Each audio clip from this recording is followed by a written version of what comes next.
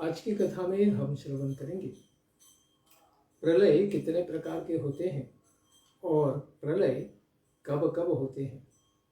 श्रीमद् भागवतम का 12 स्कंद अध्याय 4। सुखदेव गोस्वामी कहते हैं, परीक्षित, मैंने तीसरे स्कंद में ही परमाणु से लेकर द्विपरार्ध यानी ब्रह्मा जी की पूर्ण आयु, उनके 100 वर्ष, इनके अनुमान यानी युगों के परिमाण का वर्णन सुनाया है कि काल की गणना किस प्रकार से की जाती है। अब तुम कल्प और लय के भी विषय में मुझसे श्रवण करो। कल्प यानी ब्रह्मा जी का दिन और लय यानी प्रलय। ब्रह्मा जी के आयुर्मान में कितना समय होता है उसको भी वे बता चुके हैं। अभी बताते हैं कि कल्प यानी ब्रह्मा जी का दिन, यह जो समय है 1000 चतुर्युगों का होता है, इसे कल्प कहा जाता है। इस प्रकार ब्रह्मा जी के एक दिन रूप इस कल्प में, एक कल्प में 14 मनु बीत जाते हैं। तो एक मनु का काल कितना हो गया? 51 मिनट से थोड़ा ज्यादा ब्रह्मा जी के दिन के अनुसार। और ये 14 मनु क्रमशः होते हैं एक के पीछे एक, यानी उसमें 1000 दिव्य युग, चतुर्युग होते हैं। इसका अर्थ है कि एक एक मनु काल में 72.4 71.4 क्या होते हैं, युगों की, 4 युगों की साइकिल समाप्त हो जाती है। और जितना बड़ा कल्प होता है उतनी ही बड़ी ब्रह्मा जी की रात्रि भी होती है, यानी 1000 दिव्य युग की ब्रह्मा जी की रात्रि होती है। उसी को प्रलय कहा है, क्योंकि उस समय में सारे जीव भगवान कारणोदक्षाय विष्णु के, यहाँ पर तो एक ब्रह्मांड के लिए गर्भोदक्षाय विष्णु है, इनके उदर में निवास करते हैं।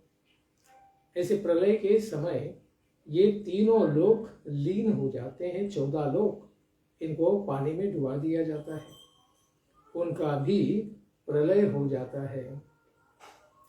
इस प्रकार प्रलय तो 4 प्रकार के होते हैं: नैमित्तिक प्रलय, प्राकृतिक प्रलय, आत्यंतिक प्रलय और नित्य प्रलय। इन सबों में नैमित्तिक प्रलय को तो प्रमाण के साथ 2 श्लोकों में बताते हैं कि ब्रह्मा जी की रात्रि में जो प्रलय होता है उसे नैमित्तिक प्रलय कहा गया है। पूरी रात्रि में सारी जीव शांत सो जाते हैं। इसमें संपूर्ण जगत की सृष्टि करने वाले ब्रह्मा जी संपूर्ण जगत को अपने भीतर समेटकर तथा भगवान विष्णु दोनों शेष शैया पर शयन करते हैं, यानी गर्भोदक्षाय विष्णु के पेट में सब जीव चले जाते हैं। इसी तरह ब्रह्मा जी के दिन के बाद रात्रि आती है और रात के बाद पुनः दिन होता है, पुनः प्रकृति की सृष्टि होती है, प्रकटीकरण होता है। इस तरह ब्रह्मा जी के अपने मान से उनके 100 वर्ष बीत जाते हैं। तो महत्त्व, अहंकार और पंच तन्मात्राएं प्रकृति में लीन हो जाती है। इस प्रकार प्राकृतिक प्रलय के बारे में बताते हैं कि जब ब्रह्मा जी की आयु इस प्रकार से, उनका दिन इतना बड़ा कि 1000 दिव्य युग का दिन और रात, यानी पूरा 24 घंटा उनके लिए 2000 दिव्य युग का समय बीत जाता है। ऐसे 30 दिन का एक महीना, 365 दिन का एक साल, ऐसे 100 वर्ष बीतने के बाद ब्रह्मा जी की आयु समाप्त हो जाती है। तब फिर ये सारे महत्त्व, अहंकार और पंच तन्मात्राएं प्रकृति में लीन हो जाती है। यानी ये सब कारण दक्षाई विष्णु के उदर में सब कुछ ब्रह्मांड, सारे ब्रह्मांड चले जाते हैं। इसी को प्राकृतिक प्रलय कहा गया है। इस प्रलय में प्रलय का कारण उपस्थित होने पर, यानी समय, ब्रह्मा जी की आयु समाप्त होने पर, पंचभूतों के मिश्रण से बना हुआ ब्रह्मांड अपने स्थूल रूप छोड़कर अपने कारण रूप में स्थित हो जाता है। उस समय मेघ जो है 100 वर्षों तक पृथ्वी पर वर्षा नहीं करते, सब सूख जाता है। उस समय किसी को अन्न नहीं मिलता, भूख प्यास से व्याकुल होकर प्रजा एक दूसरे को खाने लगती है, सब मनुष्य भक्षी कैनिबल्स बन जाते हैं। इस तरह के उपद्रव से पीड़ित होकर धीरे धीरे सारी प्रजा क्षीण हो जाती है, नष्ट हो जाती है। प्रलयकालीन फिर संवर्तक बादल जो है, मेघ और सूर्य भी अपने प्रचंड किरणों से समुद्र, प्राणियों के शरीर और पृथ्वी का सारा रस खींचकर सोख लेते हैं, सबको सुखा देते हैं। फिर उन्हें सदा की भांति पृथ्वी पर नहीं बरसाते हैं, यानी वर्षा नहीं होती इतने वर्षों तक। उसी समय भगवान संकर्षण शेषनाग जी के मुख से प्रलयकालीन संवर्तक अग्नि प्रकट होती है, सारे ब्रह्मांड को जलाने के लिए। और वायु के वेग से वह अग्नि और भी बढ़ जाती है। अब नीचे के जो अतल, वितल, सुतल, तलातल, ये सब जो 7 लोक हैं, इन सबको भस्म कर दिया जाता है। वहाँ के प्राणी तो पहले ही मर चुके रहते हैं, क्योंकि वर्षा न होने से, पाताल गंगा भी वहाँ न बहने से, और नीचे से आग की लपट और ऊपर से सूर्य की गर्मी के कारण यह ब्रह्मांड चारों ओर से जलने लग जाता है। जैसे गोबर का उपला जलकर अंगार के रूप में दहकता हो, उसी प्रकार से ब्रह्मांड लाल लाल जलता है। और उसके पश्चात संवर्तक वायु सैकड़ों वर्षों तक चलती रहती है। वायु सर्वत्र अग्नि को लेकर सब जला देता है और आकाश धूम्र हो जाता है, धुएं से भर जाता है। उसके पश्चात संवर्तक वायु सैकड़ों वर्षों तक चलती रहती है। उस समय आकाश धुएं और धूल से भरा हुआ काला कलुटा बन जाता है, इसलिए उसे धूम्रवर्ण कहा गया है। उसके पश्चात असंख्य रंग बिरंगे मेघ मंडराने लगते हैं और वे अत्यंत भयंकर रूप से गरज गरज कर सैकड़ों वर्षों तक वर्षा करते हैं। उस समय का सारा विश्व एक समुद्र हो जाता है, यानी सब कुछ जलमय। पृथ्वी भी उस जल में डूब कर क्या हो जाती है, उसमें मिश्रित हो जाती है। पृथ्वी का स्वरूप भी नष्ट हो जाता है। इस प्रकार सारा संसार जलमग्न हो जाता है। इस तरह जब जल प्रलय हो जाता है, तब पृथ्वी के विशेष गुण गंध को जल ग्रस्त कर लेता है, यानी सारा गंध जल में मिल जाता है।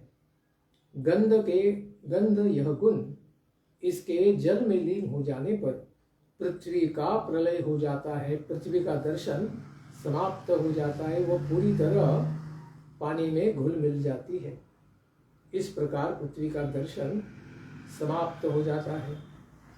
जल के गुण रस को फिर तेज अग्नि ग्रस लेता है तथा तेज रूप रहित होकर फिर वायु में मिल जाता है। उसके पश्चात आकाश वायु के गुण स्पर्श को ग्रस लेता है। स्पर्श गुण से रहित होकर वायु आकाश में मिल जाती है। उसके पश्चात तामस अहंकार आकाश के गुण शब्द को ग्रस लेता है और शब्द हीन होकर आकाश तामस अहंकार में मिल जाता है। जिस प्रकार से सृष्टि के प्रकटीकरण का क्रम था उसके उल्टे दिशा में उसके प्रलय का क्रम है।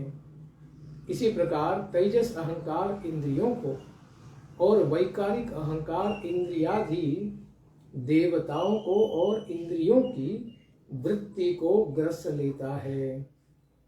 इस प्रकार सब अहंकार में लीन हो जाता है।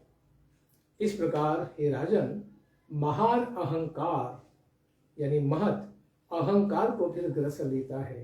अहंकार का भी लय हो जाता है महत तत्व में। इस प्रकार काल के द्वारा प्रेरित होकर अव्याकृत यानी प्रकृति महान को ग्रस लेता है। फिर यह महत तत्व भी प्रकृति में लीन हो जाते हैं। इस प्रकार काल के अवयव कौन कौन से हैं? दिन, रात, 15 दिन का पक्ष, 30 दिन का मास, 365 दिन का 12 महीने का वर्ष, इन आदि के द्वारा प्रकृति में किसी प्रकार का परिणाम, क्षय, विनाश आदि नहीं होते हैं। प्रकृति अनादि अनंत है, नित्य है और विनाश रहित है। केवल वह प्रकट होती है, अप्रकट अवस्था में चली जाती है। जैसे इस प्रलय के समय में प्रकृति अपने महदादि कार्यों को समेटकर साम्यावस्था को प्राप्त कर लेती है। न यत्र वाचो न मनो न सत्वम।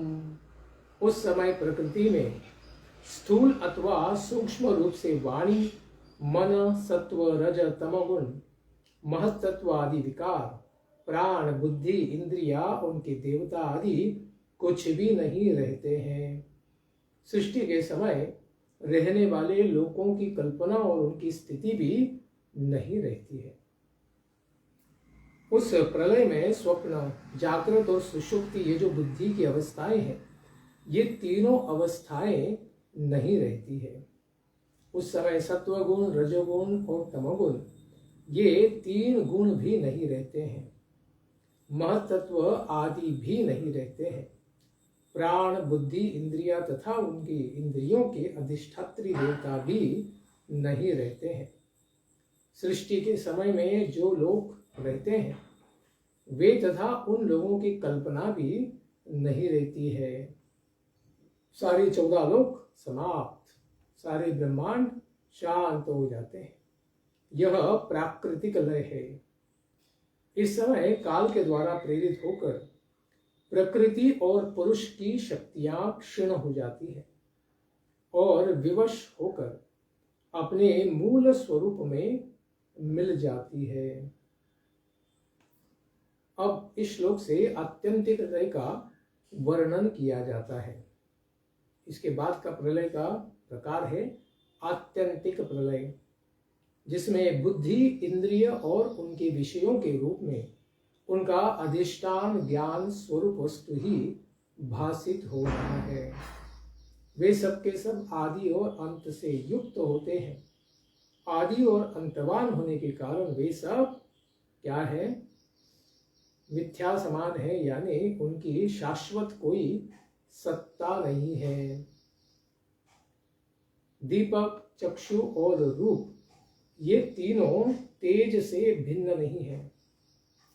दीपक में भी तेज है उसकी लौ में, चक्षु में भी तेज है तभी तो देख पाता है, और रूप में भी तेज है, नहीं तो वो दिखाई नहीं देंगे। इसलिए तीनों में तेज है, तीनों तेज से भिन्न नहीं है। उसी तरह बुद्धि, इंद्रियां और उनकी तन्मात्राएं यानी विषय एकमात्र परमार्थ ब्रह्म से भिन्न नहीं है, क्योंकि उन्हीं से, भगवान से ही सारा प्रपंच आया है। तो उनसे, ब्रह्म पदार्थ से यह सब प्रपंच भी भिन्न नहीं है। जागृत, स्वप्न और सुषुप्ति बुद्धि के ही 3 अवस्थाएं हैं। जागृत बुद्धि, स्वप्न में भी बुद्धि काम करती है, और सुषुप्ति जिसमें स्वप्न नहीं है, ऐसे समय में भी बुद्धि जागृत होती है। इसलिए राजन, इदम माया मात्रम, बुद्धि की ये क्या है? तीनों अवस्थाएं भी माया के द्वारा ही संभव है। इदम माया मात्रम नानात्वम प्रत्यगात्मनि, बुद्धि की अवस्थाओं के ही कारण आत्मा में विश्व, तेजस और प्राज्ञ नामक भेद का तथा नानात्व की प्रतीति होती है। ये बुद्धि कौन सी है? भौतिक है, इसीलिए इसकी अवस्थाएं भी क्या है? भासमान है, भौतिक है, वे आध्यात्मिक नहीं है। इस प्रकार से आत्मा ने जब अहंकार के द्वारा स्वयं को यह भौतिक शरीर या भौतिक बुद्धि मान लिया, तभी यह विश्व का मैं अंग हूं या फिर विश्व का ही मैं तेज हूं, इस प्रकार के नानात्व भाव उस जीव को अनुभव होते हैं। जिस प्रकार आकाश में मेघ कभी रहते हैं और कभी नहीं रहते हैं, उसी तरह अवयवों का समूह भूत अवयवी जगत कभी ब्रह्म में दिखता है और कभी नहीं दिखता है। सारा आकाश भी जो है वो कभी प्रकट होता है, कभी नहीं प्रकट होता है, क्योंकि इस जगत की उत्पत्ति और विनाश होते ही रहते हैं, एक के पीछे एक। इसलिए सुखदेव गोस्वामी कहते हैं, परीक्षित, जगत के व्यवहार जितने भी अवयवी पदार्थ हैं, उनके नहीं होने पर भी उनके भिन्न भिन्न अवयव प्रतीत ही होते हैं। जैसे वस्त्र रूपी अवयवी के नहीं होने पर भी उसके कारणभूत सूत या सूत के तंतु, कॉटन फाइबर्स का अस्तित्व माना ही जाता है। भले ही आप उससे कपड़ा बनाएं या न बनाएं, लेकिन कपड़ा बनाएंगे, बुनेंगे तो वस्त्र रूपी अवयवी दिखेगा, अन्यथा उसके धागे तो बने ही रहते हैं। इसी तरह कार्य रूप जगत, परिणाम रूप जगत के अभाव में भी इस जगत के कारणभूत अवयव को माना ही जाता है, क्योंकि प्रकृति के द्वारा ही ये सारा जगत प्रकट होता है और प्रकृति भगवान से प्रकट होती है। इस प्रकार वही भगवान परमात्मा का तत्व, ब्रह्म तत्व, इसमें कारण कार्य भाव की क्या है? भौतिक भावना जो है वह क्या है, कैसी वास्तविक है या भ्रामक है, इसको समझना चाहिए। क्योंकि कारण तो सामान्य वस्तु है और कार्य विशेष वस्तु है। इस प्रकार का प्रतीत होने वाला भेद भी क्या है? माया का भ्रम फैलाया जाता है, क्योंकि सारा जगत भी ब्रह्म पदार्थ ही है। इसका कारण यह है कि सामान्य और विशेष भाव सापेक्षिक है, रिलेटिव है। सामान्य के बिना विशेष की प्रतीति नहीं होती है।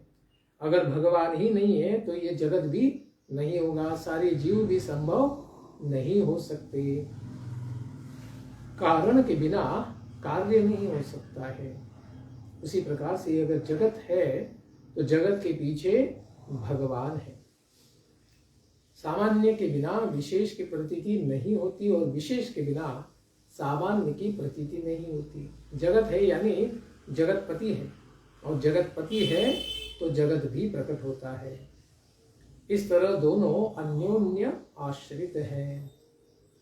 कार्य एवं कारण भाव का भी आदि और अंत देखा जाता है। कार्य है जगत, कारण है प्रकृति, इनका भी क्या होता है? प्रकटीकरण अप्रकटीकरण होता रहता है। इसलिए वह भी एक स्वाप्न भेद के समान ही क्या है? आध्यात्मिक नहीं है, भौतिक है। वो सब भगवान से प्रकट है और उसकी शाश्वत प्रतीति नहीं होती है। कभी प्रकट होता है तो कभी अप्रकट हो जाता है यह संसार। इसीलिए ये प्रपंच रूप विकार स्वप्न विकार के समान ही प्रतीत होता है। ये भगवान का विशेष महान और अद्भुत स्वप्न है। और भगवान तो जल में आराम कर रहे हैं, लेकिन इसी जल में भगवान क्या करते हैं? सारी सृष्टि को सोते सोते प्रकट करते हैं, उसकी स्थिति भी रखते हैं और उसका प्रलय भी कर देते हैं। यह प्रपंच रूपी जगत अपने अधिष्ठान ब्रह्म रूप आत्मा से, भगवान से भिन्न नहीं हो सकता है। कोई चाहकर भी अनुमात्र को भी आत्मा से भिन्न नहीं सिद्ध कर सकता है। इसलिए साइंटिस्ट भी अभी मानते हैं कि जो सूक्ष्माति सूक्ष्म जो परमाणु कण है वह भी क्या है? उसका भी भौतिक रूप नहीं है। वह एक वाइब्रेशन है बस, लेकिन वो वाइब्रेशन न देख सकते हैं न ये समझ भी सकते हैं। तो वो क्या है? वही ब्रह्म पदार्थ है। इसलिए आध्यात्मिक और भौतिक ऐसा कोई भी भेद नहीं है, केवल वह दृष्टि का भेद मात्र है। यदि इसकी आत्मा से भिन्न सत्ता मानी भी जाए तो फिर यह चिद्रूप आत्मा के समान स्वयं प्रकाश होगा।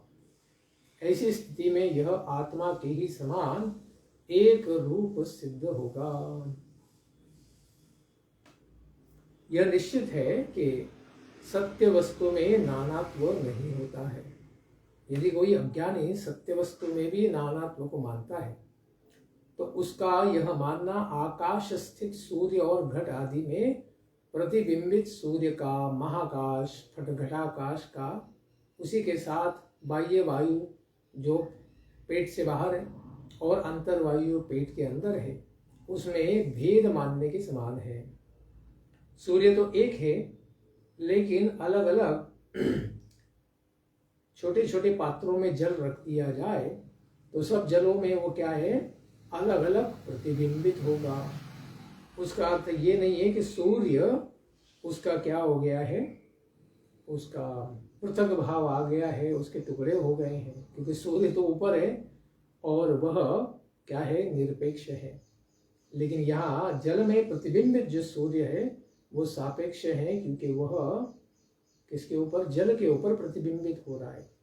इसलिए हर एक शरीर में भगवान परमात्मा जो दिखते हैं वो बट नहीं गए हैं, वो तो एक ही है, क्योंकि वो इन शरीरों से बाहर भी अंदर भी सर्वत्र विराजमान है।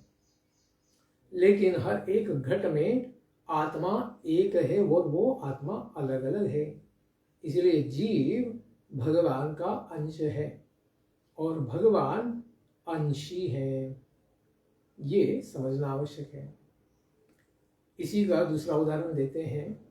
जैसे लोग एक ही स्वर्ण को गलाकर अनेक रूपों को उसमें ढाल देते, अलग अलग प्रकार के अलंकार बना देते हैं, उसी तरह व्यवहार निपुण लौकिक एवं वैदिक पुरुष वाणी के द्वारा इंद्रियातीत आत्मस्वरूप श्री भगवान को भी अनेक रूपों में वर्णन करते हैं। अनेक भगवान के अवतार हैं, लेकिन वे एक ही भगवान से आते हैं। जिस तरह मेघ सूर्य से उत्पन्न होता है और सूर्य से ही प्रकाशित भी होता है, किंतु वही सूर्य के अंशभूत नेत्रों के लिए सूर्य के दर्शन में बाधक बन जाता है। इसी तरह अहंकार ब्रह्म से ही उत्पन्न होता है और ब्रह्म से ही प्रकाशित होता है। फिर भी ब्रह्म के अंशभूत जीव के लिए यह ब्रह्म स्वरूप के साक्षात्कार में बाधक बन जाता है। अहंकार के कारण ही हम स्वयं को आत्मा करके नहीं उसका साक्षात्कार कर पाते, क्योंकि अहंकार का स्वरूप आच्छादन करने वाला होता है जीव को। जब सूर्य से उत्पन्न होने वाला मेघ विदीर्ण हो जाता है, बिखर जाता है, तब चक्षु अपने स्वरूपभूत सूर्य का दर्शन करने में समर्थ हो जाता है। जब बादल हट जाते हैं तो हम नेत्रों के द्वारा सूर्य को देख सकते हैं। उसी तरह जब आत्मा की उपाधि अहंकार नष्ट हो जाता है, जो आत्मा को ढकने वाला है, तो उसे अपने स्वरूप का साक्षात्कार हो जाता है, भगवान का भी दर्शन प्राप्त हो जाता है। इसलिए शुभदेव गोस्वामी कहते हैं, परीक्षित, जब मनुष्य अपने ज्ञान रूप तीक्ष्ण खड्ग तलवार से मायामय इस अहंकार के बंधन को काट देता है, तब अपने एक रस आत्मा के स्वरूप इस दिव्य साक्षात्कार में स्थित हो जाता है। आत्मा की यह माया मुक्त वास्तविक स्थिति ही आत्यंतिक प्रलय कहलाती है। तो आत्यंतिक प्रलय यानी आत्मा के ऊपर अहंकार रूपी जो भौतिक आवरण आ गया है, उसका नाश होना और आत्मा की भौतिक शरीर से मुक्ति हो जाए, यानी जीव पुनः आत्म स्वरूप में स्थित हो जाए, भौतिक शरीर मन बुद्धि अहंकार से मुक्त हो जाए, उसका मोक्ष हो जाए इस संसार से और भौतिक शरीर से इसी को आत्यंतिक प्रलय कहा गया है और ये हमारे लिए बहुत आवश्यक है, क्योंकि बाकी प्रलय तो प्राकृतिक और बाकी प्रलय तो होते ही रहेंगे, लेकिन जब तक आत्मा इस संसार से बाहर निकलकर भगवत धाम नहीं जाएगी तो उसका पूरा कल्याण नहीं होगा।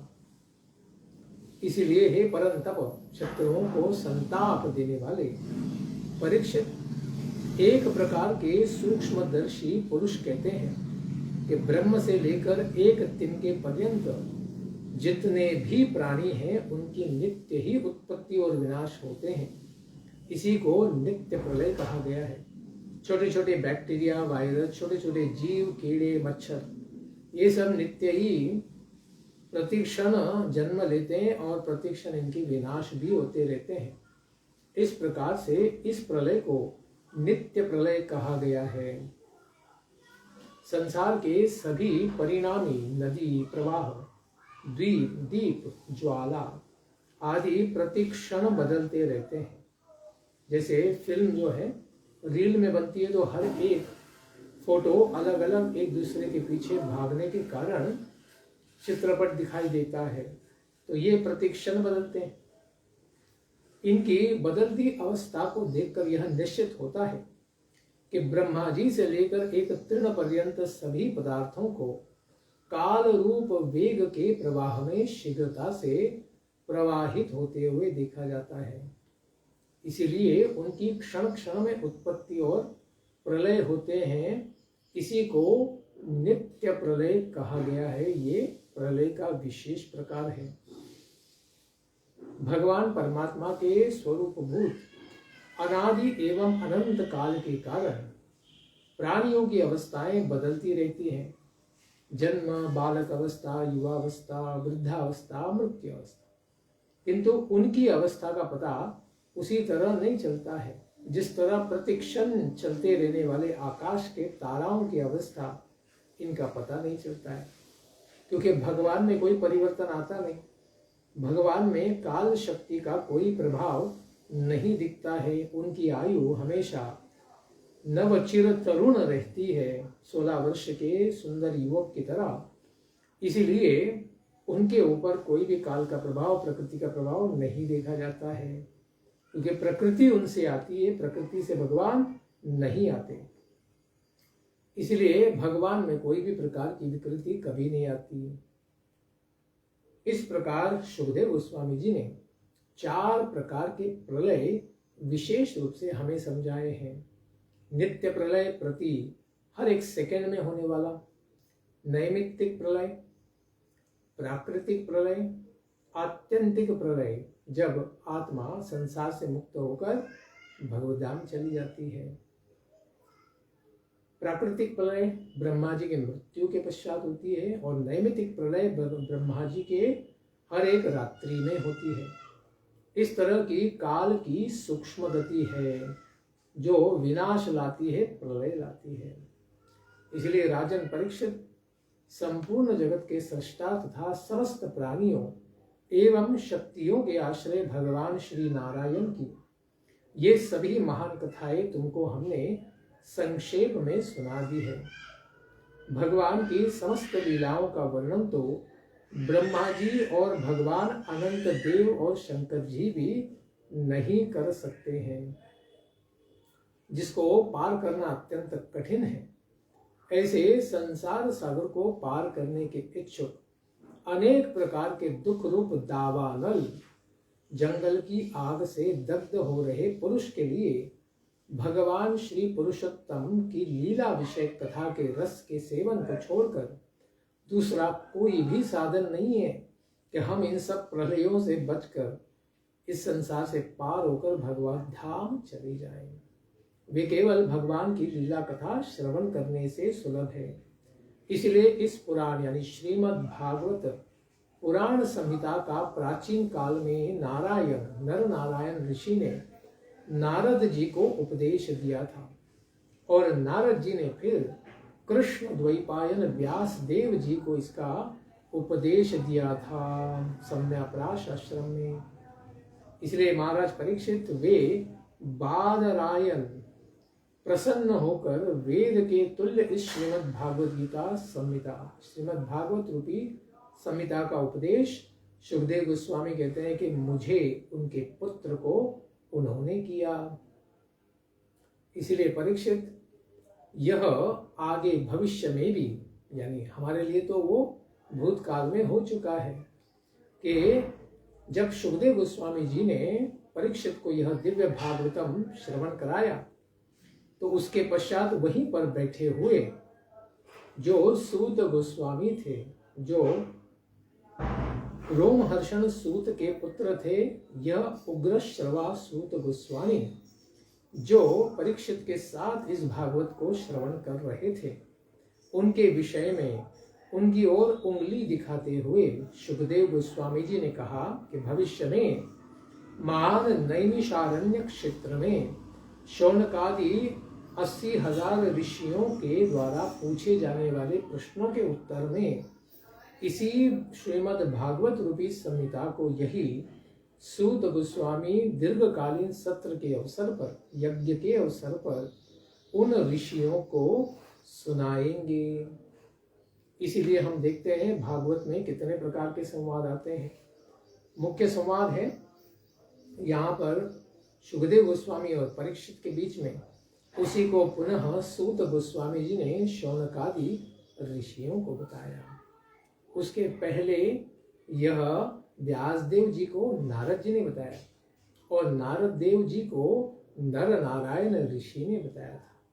इस प्रकार प्रश्न उत्तर की श्रृंखला में ही श्रीमद् भागवतम प्रकट होता है और हमें कलियुग के सारे दोषों से बचाकर मुक्ति का, मोक्ष का, प्रेमा भक्ति का मार्ग दिखाता है। तो आज हमने श्रवण किया किन 4 प्रकार के प्रलयों का वर्णन सुखदेव गोस्वामी जी ने यहाँ पर परीक्षित के कल्याण के लिए किया। और वैसे तो हर एक युग के परिवर्तन में भी छोटे प्रलय होते रहते हैं। जैसे अभी कलयुग की समाप्ति में भगवान कल्कि देव आंशिक प्रलय करेंगे, यानी सब लोग नहीं मरेंगे, धार्मिक लोग बचेंगे जो सत्य कली में जाएंगे और अधार्मिक पापी लोगों का विनाश कर दिया जाएगा।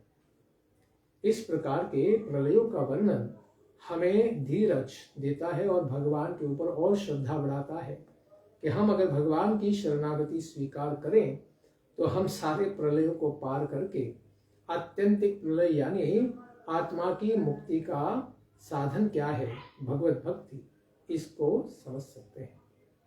इसके पश्चात की कथा को हम श्रवण करेंगे आने वाले सत्र में। ग्रंथराज श्रीमद् भागवतम की जय। निताय गौर प्रेमानंदे हरि हरि गौर। जय जय श्री राधे श्याम, जय जय श्री वृंदावन धाम।